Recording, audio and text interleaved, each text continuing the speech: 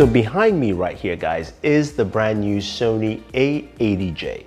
Now this is Sony's top tier OLED TV to compete against, the likes of what LG is offering with the C1. It's currently priced at $2,299, which is a great price for an OLED TV at 65 inches.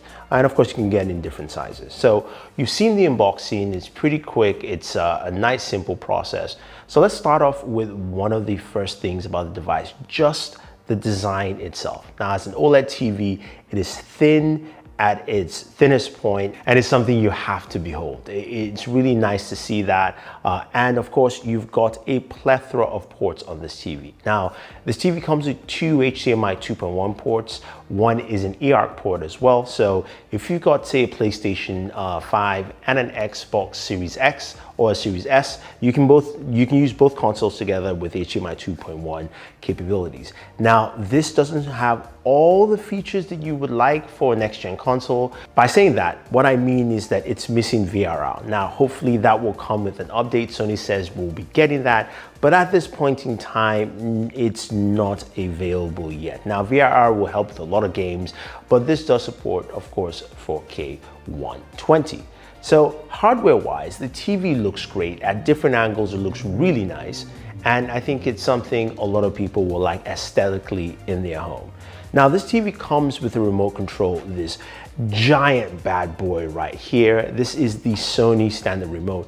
It's big, but it's also rather light. So it's kind of an awkward feel to it. Now you've got your standard number key at the very top. Then you've had the featured applications, YouTube, Netflix, Disney Plus, and Amazon Prime Video. Then you've got the Google Home button, input, as well as a settings button, and then you've got a few more. Now, the remote control is simple to use. I do like the lightweight, but I wish it was just less cluttered with a fewer buttons. I don't think we need a number button anymore, but you know what, that's something some people might like. I would say it is definitely usable. It uses two AAA batteries in here, but overall, it's a solid remote that functions via Bluetooth.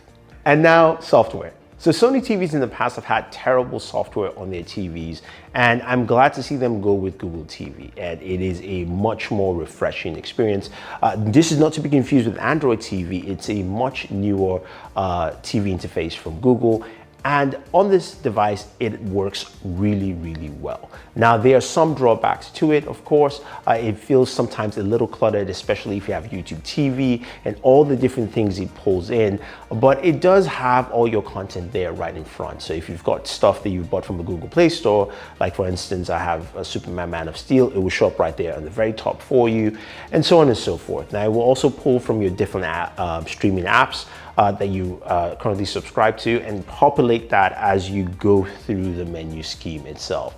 In terms of the general menu for this, you've got quick menus that you can access through your remote via the input, which will take you to your last viewed apps and also your different inputs that you have connected, as well as also your settings, where you have a quick settings menu that pops up, giving the ability to change your picture modes between cinema, video, vivid, and gaming as well.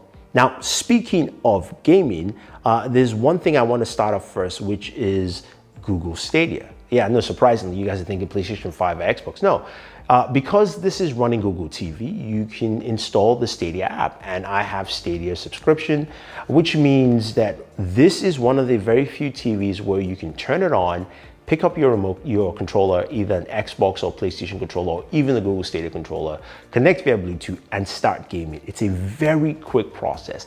And I like that. It means that you don't have to buy a console. You can jump in, start playing something like Destiny 2 if you want to, or even Mortal Kombat as well. And tons of games on Stadia you can actually pick from. I'm really surprised to see that. And I actually might do a separate video for you guys on Stadia, access on TVs, but it's really fun. Now, when it comes to the main gaming consoles, the PlayStation 5 and the Xbox Series X. They both look good. Again, this TV is an OLED TV. It looks absolutely gorgeous. Whether playing Spider-Man Miles Morales, you're getting to the game. Those colors are vibrant, they are clear, and of course the deep blacks show really well. Or even playing a game like Star Wars, where you can see it's a much darker scene and there are deeper blacks. That comes out and really represents well within your gameplay sessions. Now, the one bummer you will find is that while gaming in direct sunlight or in like our studio space, which has a lot of big windows, you're going to be seeing a lot of that light reflecting off your display, or even just having like big patches where you can't see anything visible. And that's one of the biggest downfalls here, because the brightness of this TV is not as high, especially for, you know, well-lit environments or big window environments. It might be a downside for you. You might actually have to look at this for something, say for a living room or a cinema room if you want to actually view content. Now, watching movies and shows, it looks great on this TV, especially at night where you've got, of course, those blacks really come out as well. I would say the one thing is just toggling through Dolby Vision is something you have to do in the settings. So there's some things that Sony needs to do software-wise with the TV, but the hardware is pretty solid. I think overall, you look at the A80J as a television set and you ask yourself this question: does it meet all the needs I want to for a TV set? And for me, no. It's still a really solid TV, but I don't think it covers the full gamut. Number one, the brightness for me is rather low, especially when I'm watching in daytime or even game in the daytime. It really doesn't capture as much as I would like.